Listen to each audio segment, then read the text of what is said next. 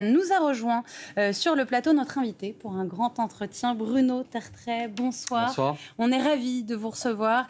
Vous êtes directeur adjoint de la Fondation pour la recherche stratégique et vous avez signé, entre autres, cet ouvrage « La guerre des mondes, le retour de la géopolitique et le choc des empires » aux éditions Humensis. On va commencer avec ce qu'on peut considérer comme la phrase choc de la semaine, l'alerte du chef d'état-major des armées, Fabien Mandon, sur la menace russe. Les précisions avec Guillaume Lavial. C'est une consigne du chef d'état-major des armées qui laisse entendre la probabilité d'une agression russe contre la France et l'Europe. La Russie est un pays qui peut être tenté de poursuivre la guerre sur notre continent. Et c'est l'élément déterminant dans ce que je prépare. Le premier objectif que j'ai donné aux armées, c'est de se tenir prêtes à un choc dans 3-4 ans qui serait une forme de test. Une consigne pour ne pas se laisser intimider par Moscou. Le risque de conflit à grande échelle est partagé par d'autres services de renseignement, allemands, danois, finlandais ou encore estoniens. Tous présentent des éléments annonçant la probabilité d'une offensive russe sur l'Europe dans les toutes prochaines années. Moscou multiplie les provocations. Drones explosifs en Pologne ou en Roumanie, soupçons de drones espions en Allemagne ou au Danemark, ou encore des avions de chasse survolant les pays baltes. En France, ces actions sont pour l'instant hybrides. Désinformation ou ingérence, comme avec ces mains rouges sur un mémorial de la Shoah, ou ces têtes de porc devant des mosquées franciliennes. Une menace déjà évoquée par l'ancien chef d'état-major des armées en juillet dernier. C'est Poutine qui a dit la France est mon adversaire principal en Europe. C'est quelque chose qui sature l'espace et qui est là aussi, on peut pas nier une forme d'efficacité, parce que ces trucs-là deviennent assez autoporteurs et continuent longtemps, probablement après que les Russes aient lancé la première pièce pour faire fonctionner ça. Mais derrière ces actions, quel est l'objectif de Vladimir Poutine? Simple intimidation ou première prémisse d'une guerre totale en Europe? Le chef d'état-major des armées comme le gouvernement se prépare à toutes les éventualités, également dans un but de dissuasion. Bruno Tertrais, vous êtes d'accord avec le chef d'état-major de l'armée française? Il faut se préparer à une menace russe très concrète? Oui, mais il ne faut pas confondre le territoire français et l'Europe. Il ne faut pas confondre non plus la menace militaire directe avec la menace stratégique russe dans son ensemble. C'est pour ça qu'il faut un peu clarifier les choses. Alors, je pense que le chef d'état-major des armées, il a voulu attirer l'attention sur le fait que, sur le plan militaire, il y a effectivement un risque d'attaque russe contre un territoire voisin de la Russie, c'est-à-dire pas la France. Pas la France, qu'on soit clair, parce que quand on parle de menace russe, en effet, on se dit quelle est la menace, quelle est la forme de cette menace. Il y a deux types de menaces. Il y a une menace militaire russe contre l'Europe en général, parce que même s'il y avait un cessez-le-feu en Ukraine, personne ne pense que Vladimir Poutine se retirerait dans sa datcha, parce qu'il a transformé la Russie en une véritable machine de guerre. La Russie, malheureusement, c'est un train qu'on peut presque plus arrêter comme ça. Et donc, je pense qu'il y aura une nouvelle tentative d'agression contre l'Ukraine elle-même, ou alors certainement quelque chose qui se passerait. Et attendez, je termine. Ensuite, il y a le problème de la menace russe dans son ensemble contre l'Europe, y compris contre la France. Et là, c'est effectivement ce dont parlait le chef d'état-major des armées et son prédécesseur que vous avez cité, c'est-à-dire les drones, les têtes de cochon. Ça peut faire sourire. On appelle la guerre hybride. Oui, la guerre hybride, c'est-à-dire tout ce qui contribue à essayer de diviser et d'affaiblir l'Europe. Il y a un autre scénario possible, me semble-t-il. C'est que il peut très bien venir à l'idée de Poutine d'attaquer les pays baltes. S'il attaque les pays baltes, nous sommes tenus, en tant que membres de l'OTAN, de voler à leur secours. Alors, on ne sait pas très bien comment, mais enfin... moi je peux vous dire comment. Enfin, il y a des hypothèses. Si on envoie des troupes là-bas, et des avions, etc., et que Poutine considère que c'est une escalade, à ce moment-là, de son point de vue, peut être tenté d'attaquer le territoire français, non pas en envoyant des divisions blindées, mais en envoyant quelques missiles bien placés. Effectivement, s'il décidait à un moment d'attaquer un pays membre de l'Union européenne et membre de l'OTAN, ça changerait tout. Parce que l'Ukraine, c'était pas notre allié au sens militaire. Si un jour Poutine décidait qu'il veut donner un petit coup d'épingle sur l'Europe... c'est-à-dire l'Europe couverte par ces garanties de sécurité, ça changerait tout. C'est l'OTAN tout entière qui serait attaquée, puisque c'est le 1 pour tous, tous pour un. Donc effectivement, la France, avec ses alliés, réagirait dans la guerre. Et serait impliquée dans la guerre. Pardon ? Elle serait belligérante. Ah bah oui, serait belligérante, en effet. Avec tous les risques que ça comporte. Oui, enfin, les risques que ça comporte, le plus grand risque, c'est surtout, à mon avis, de laisser Poutine faire ce qu'il veut. Parce que le risque pour l'Europe, c'est d'abord Bien cela. d'accord, mais enfin, Mais absolument. Il y a des risques des deux côtés, en tout cas. Absolument. Mais il est très peu probable que la Russie, dans les années qui viennent, ait à la fois la capacité et la volonté d'envahir complètement un pays membre de l'Union européenne. Parce mais que les ça pays serait... baltes, ça c'est tout serait- petit, c'est- hein. Ouais, attendez, je suis Vous bien placé pour le connaissez savoir. J'ai visité les forces françaises et britanniques en Estonie. Voilà. Je vois comment ça se Moi, passe. je suis allé une fois à Tallinn. Les Russes, on les voit pas, mais enfin, on sait qu'ils sont pas Mais on morts. les voit quand on est à la frontière. Alors, Bruno comment Tertre, ça se pourquoi la passerait ? Russie prendrait pas ce Comment risque ? Ce que vous étiez en train d'expliquer. Je ne pense pas qu'elle ait la capacité et la volonté d'envahir totalement un pays membre de l'Union européenne et de l'OTAN, comme même un petit pays comme l'Estonie. Parce que c'est une provocation pour l'OTAN. Bah non seulement ça, mais on s'y prépare quand même. Depuis maintenant 2 ou 3 ans, le scénario, il est là. Alors certains diraient, mais pourquoi la Russie ferait ça ? Et moi, j'ai un peu changé d'avis sur le sujet d'ailleurs. Je veux dire, C'est intéressant. Mais ils ont dit pourquoi, parce qu'ils considéraient que je vais vous dire, non, mais je vais vous dire pourquoi j'ai changé. changé d'avis sur le sujet. Oui. Parce que je constatais, comme tout le monde, que Poutine ne s'en est jamais pris à un pays membre de l'OTAN ou de l'Union européenne. Parce qu'il fait la différence entre les pays qui sont couverts par cette garantie de sécurité et ceux qui ne le sont pas.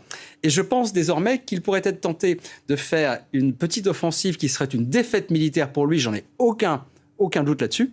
Ça mettrait quelques jours, peut-être quelques semaines, mais je n'ai aucun doute sur le fait qu'on serait prêts, nous, force de l'OTAN, Donc, même sans les Américains, à défaire l'OTAN, je termine ma phrase, Oui. mais que ça serait peut-être pour lui une victoire politique. Car en effet, s'il devait, à cette occasion, diviser l'Europe, semer la pagaille à Bruxelles, au sein de l'Union européenne et de l'OTAN, il pourrait considérer que c'est une victoire politique. C'est pour ça que dissuader complètement ce scénario, c'est pas facile, je pense. Mais s'il y a une guerre, on la gagne.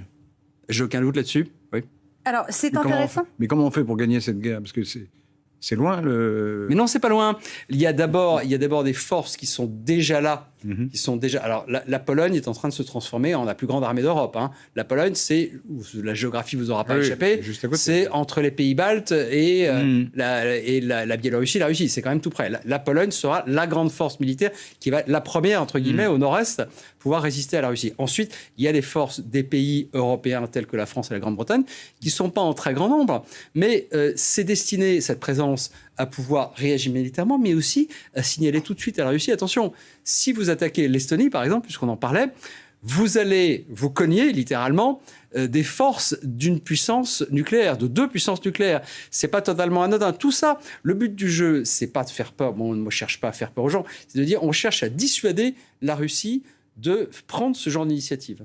Alors justement, Bruno Tertre, vous parliez des forces en présence. Comment est-ce qu'on pourrait réagir, répondre à une menace russe ? On a fait un peu les comptes. Je voudrais qu'on regarde ensemble de l'armée française, qui est quand même une armée assez 200 000 militaires, 222 chars de combat Leclerc, 8 sous-marins nucléaires, 183 avions de combat et 290 têtes nucléaires. On a regardé aussi du côté de l'armée russe. Alors là, il y a beaucoup plus de militaires, mais on parle pas de des mêmes pays en termes d'habitants. 1,1 million de militaires, 2900 chars, 51 sous-marins nucléaires, 1224 avions de combat et 4380 têtes nucléaires. On a encore 2 chiffres à vous montrer et on vous fait réagir. Il y a la comparaison aussi des budgets militaires. Parce que ça, c'est très intéressant. Le budget militaire de la Russie, c'est 128 milliards d'euros. Le budget militaire de la France, c'est 50,5 milliards d'euros. Et on a comparé, pour terminer, le nombre de chars fabriqués par an. La Russie, c'est 1800 chars. La France, la Grande-Bretagne, l'Allemagne et la Pologne, c'est 50 chars. Oui. Qu'est-ce que ça vous fait, ces chiffres ? Il y a une asymétrie très claire. Oui, ça, personne n'a jamais eu de doute là-dessus. Alors, il y a 2 choses.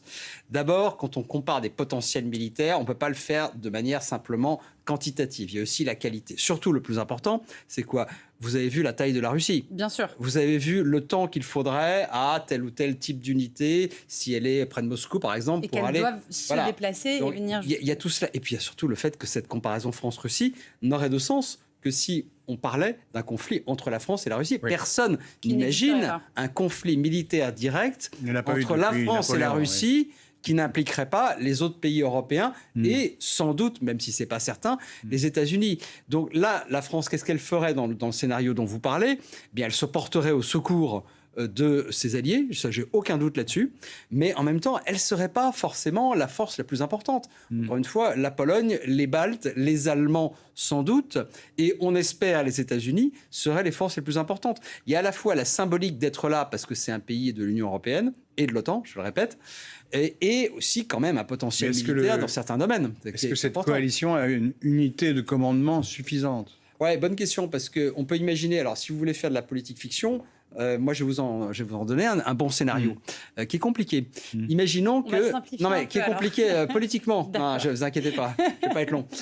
Enfin, imaginez par exemple qu'il y ait cette attaque militaire contre, je sais pas, la Lettonie par exemple, et qu'à Bruxelles ça soit la panique, les Espagnols, les Grecs disent « Oh là là, pas d'escalade, on ne va pas rentrer en guerre contre la Russie ». Dans ce cas-là, on n'arrive pas à se mettre d'accord sur la manière de répondre à la Russie. Vous ne pouvez pas, dans ce cas-là, utiliser les moyens collectifs de l'OTAN. Mais dans ce cas-là, heureusement, il y a une possibilité, c'est on se met en coalition de volontaires, comme pour l'Ukraine. Et donc, ce n'est pas l'OTAN, mais c'est simplement les pays qui veulent. Une coalition informelle. Voilà. Et heureusement, et qui nomme quand même... un commandant en chef. Oui, et c'est tout à fait possible, parce que ça fait quand même maintenant des dizaines d'années que les forces européennes et aussi américaines apprennent à travailler ensemble dans toutes les circonstances.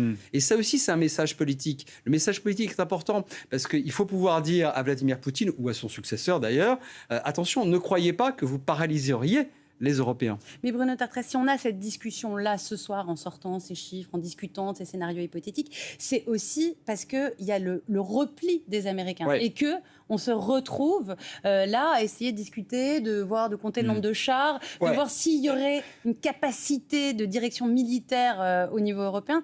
C'est ça, en fait, le gros problème. C'est une bonne question, parce qu'on ne peut plus être certain, si tant est qu'on ne l'ait jamais été, que les États-Unis seraient là et seraient là tout de suite. Pour le moment, ils sont encore là. Trump ne s'est pas retiré de l'OTAN. Il va y avoir une réduction des forces américaines présentes en permanence en Europe. Moi, ça ne me choque pas. Si on réduit 20%, s'ils réduisent de 20%, on en reviendra à la situation de 2014. Ça ne veut pas dire que l'Amérique n'est plus là. Total, oui. Mais c'est vrai que les Européens, et c'est un des grands changements, sont obligés de tenir compte du scénario dans lequel l'Amérique ne vient pas. Donc on a un double problème finalement. Une Russie de plus en plus agressive et une Amérique de moins en moins fiable. Alors, et il y a une fenêtre favorable à la Russie dans ce cas-là. Ça dépendra de la manière dont elle sort militairement du conflit ukrainien s'il y a un cessez-le-feu durable, et on n'y est pas. Vous savez, le potentiel militaire russe, il a été considérablement dégradé. Maintenant, ils reprennent la production de beaucoup de choses. Voilà, c'est vraiment un pays qui s'est transformé en machine de guerre. Oui, c'est une économie de guerre aujourd'hui. C'est le moins qu'on puisse dire. S'il y a bien un pays qui est un économie de guerre, c'est la Russie. Donc, ça dépendra de l'équilibre des forces à ce moment-là qu'on ne peut pas encore prévoir. Il y a une autre prise de parole que je voulais vous faire écouter cette semaine. Pierre Schill, qui est le chef d'état-major de l'armée de terre, qui a pris la parole. On l'écoute. Nous assistons à un changement d'air, à un retour des empires qui doit dicter notre posture. Pour être libre, il faut être craint. Pour être craint, il faut être fort. Et j'ajouterai pour l'armée de terre, pour être fort, nous devons nous tenir prêts et le faire savoir à nos alliés comme à nos adversaires. Se tenir prête, c'est ce que fera l'armée de terre en 2026, forte des 2 premières années d'une transformation dont nous pouvons déjà mesurer les effets. Tenir prêt et le faire savoir, Bruno Tertrais. Moi, 2 prises de parole la même semaine de représentants de l'état-major français, c'est pas si commun. C'est pas si commun et ça se multiplie. Souvenez-vous de la séquence qui a précédé le 14 juillet. On avait vu une conférence de presse du chef d'état-major des armées, le prédécesseur du général Mandon, qui est aussi assez exceptionnel. Donc il y a clairement une volonté de l'Élysée, des autorités politiques, d'alerter les Français sur le fait qu'on a changé d'air, mais je crois que c'est quand même très difficile de ne pas faire paniquer les gens. C'est-à-dire, il faut être très clair. Hein. C'est pas la France en guerre. Hein. Pour préciser ça, vous, dans votre bouquin, vous parlez d'une guerre tiède. Oui. Alors, c'est par opposition à la guerre froide, qui était elle-même par opposition à la guerre chaude. La Grande Guerre. Effectivement, merci de l'avoir lu, Laurent Geoffrin. Et donc, quand je parle de guerre tiède, qu'est-ce que je veux dire ? Je veux dire, c'est que ça ne sera pas la guerre froide, parce que ça sera un petit peu plus chaud quand même. Autrement dit, on est déjà dans une séquence qui voit des conflits militaires ouverts et en gros, aux marges, effectivement, des néo-européens. Ces conflits opposent les démocraties au sens large et Oui, mais en face des pouvoirs plutôt tyranniques. Alors moi, je préfère parler de deux grandes familles. C'est pour ça que je parle de la guerre des mondes, puisque vous avez cité le livre. Ces deux grandes familles, c'est pas des blocs militaires. Non, j'entends bien. Enfin, les uns sont démocrates, les autres ne le sont pas. Oui, mais pas totalement non plus. Les démocraties, la démocratie hongroise, elle n'est pas en très bon état.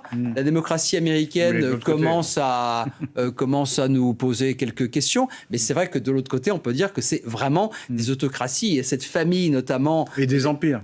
Alors, ce sont, effectivement, quand vous regardez la Russie, la Chine, la Turquie ou l'Iran, la Turquie est un allié, mais c'est aussi un néo-empire, c'est-à-dire un ancien empire qui retrouve un comportement impérial. Mais dans le cas de la Russie, de la Chine et de la Corée du Nord, qui n'est pas un empire, mais qui a une relation très forte avec ces deux pays, on a vraiment là une coalition d'autoritaires. Il y a même un chiffre que vous citez qui m'a frappé. On est aujourd'hui à 38% de la population mondiale qui vit dans un pays à peu près libre.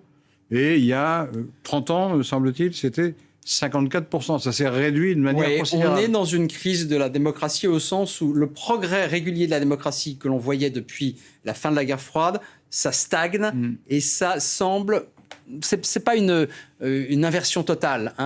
Les démocraties les plus fragiles, souvent, sont en passe de retrouver une certaine... sont en passe de faire de petites rechutes. Alors, c'est vrai que quand on parle des États-Unis, c'est pourtant une démocratie bien établie. Mais c'est vrai qu'on est dans une crise de la démocratie et qu'on ne peut plus dire c'est le monde des démocraties contre le monde des autocraties. C'est une famille de pays globalement plutôt démocratiques et libéraux contre un groupe de pays effectivement très autocratiques et dont les liens se sont renforcés à la faveur de la guerre d'Ukraine avec cette coopération entre la Chine, la Russie, l'Iran et la Corée du Nord, qui est même venu défendre la Russie physiquement. Ça, c'est nouveau. Donc on a quand même, moi je suis d'accord avec ce que disait le général Schill, en passant, je pense qu'on a plutôt, on a des têtes à nos... on a des hommes de qualité. On a des hommes de qualité. Je les connais un peu. On a des hommes de qualité. Le personnel militaire français, le personnel de l'état-major, c'est vraiment des personnes de grande qualité qui ne cherchent pas à faire peur. Ils ont un langage, à mon avis... Mais c'est un message d'ailleurs qui s'adresse aux Français ou qui s'adresse potentiellement à nos adversaires? Très bonne question. Je pense que ça s'adresse aux deux.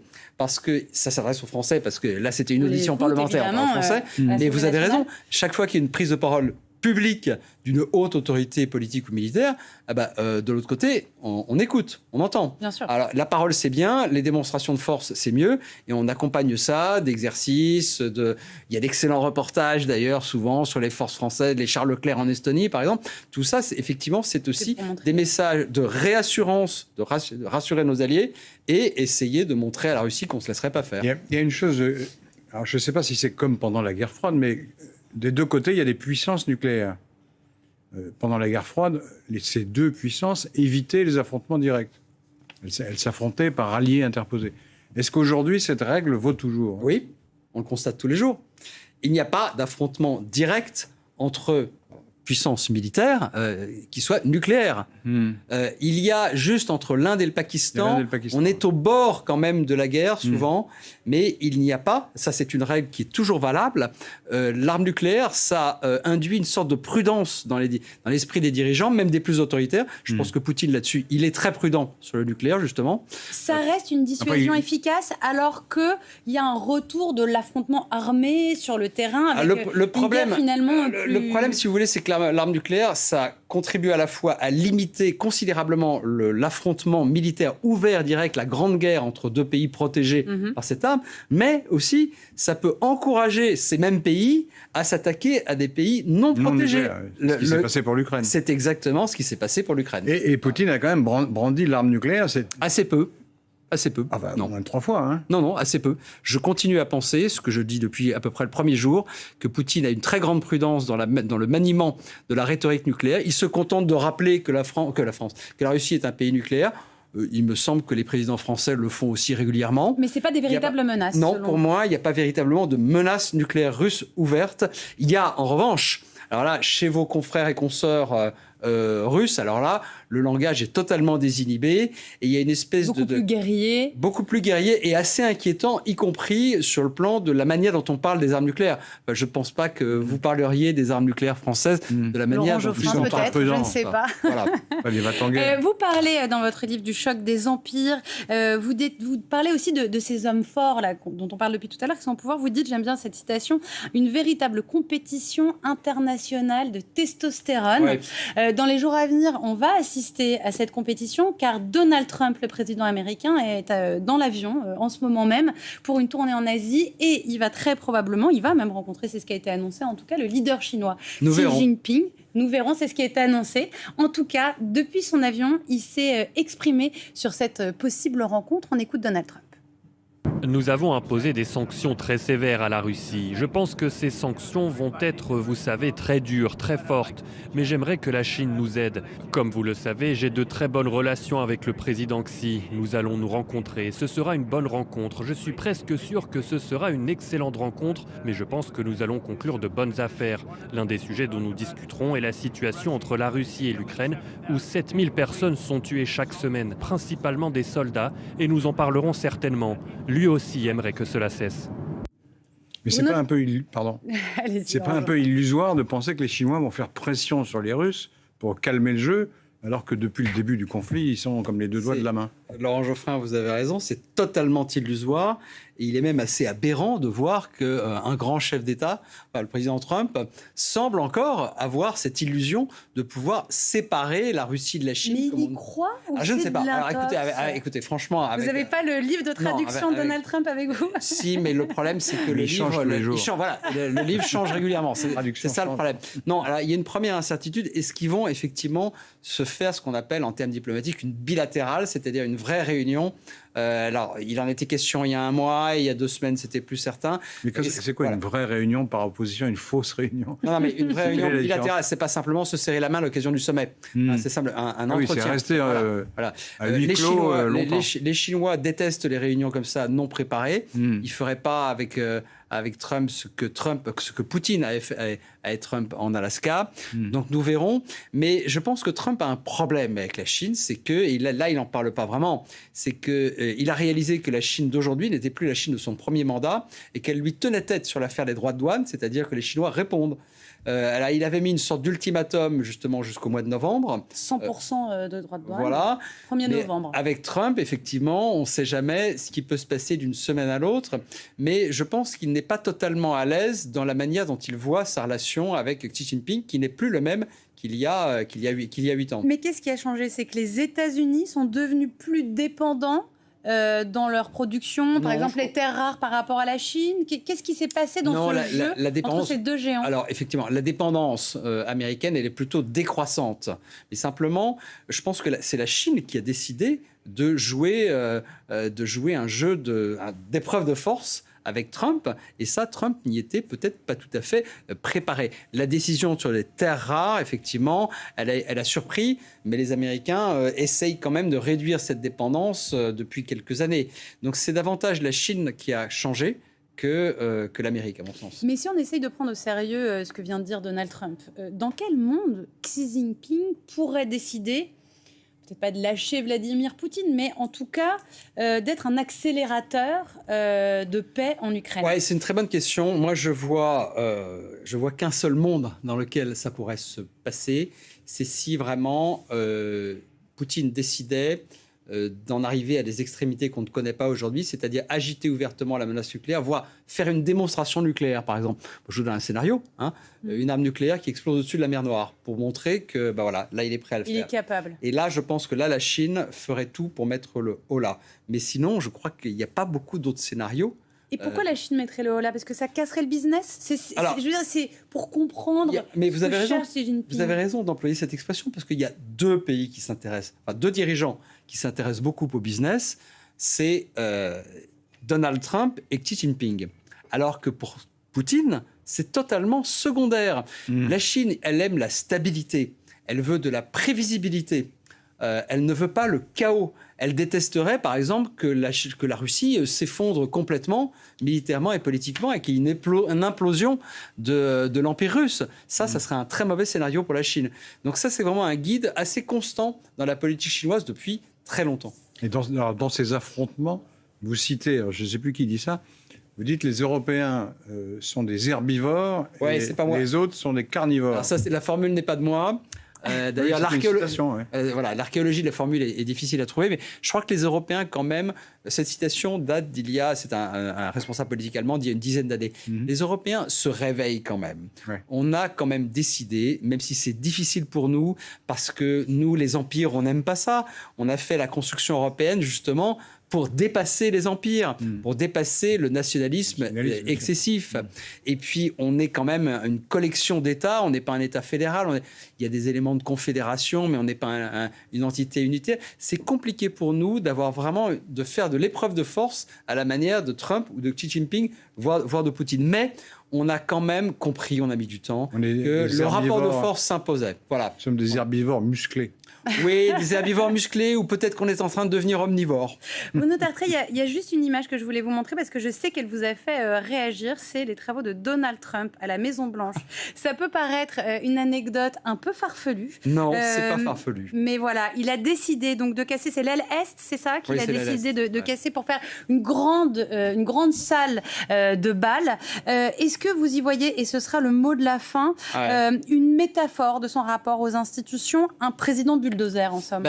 D'abord, c'est un fantasme de toute puissance. Je crois que c'est le symbole de sa toute-puissance telle qu'il la voit.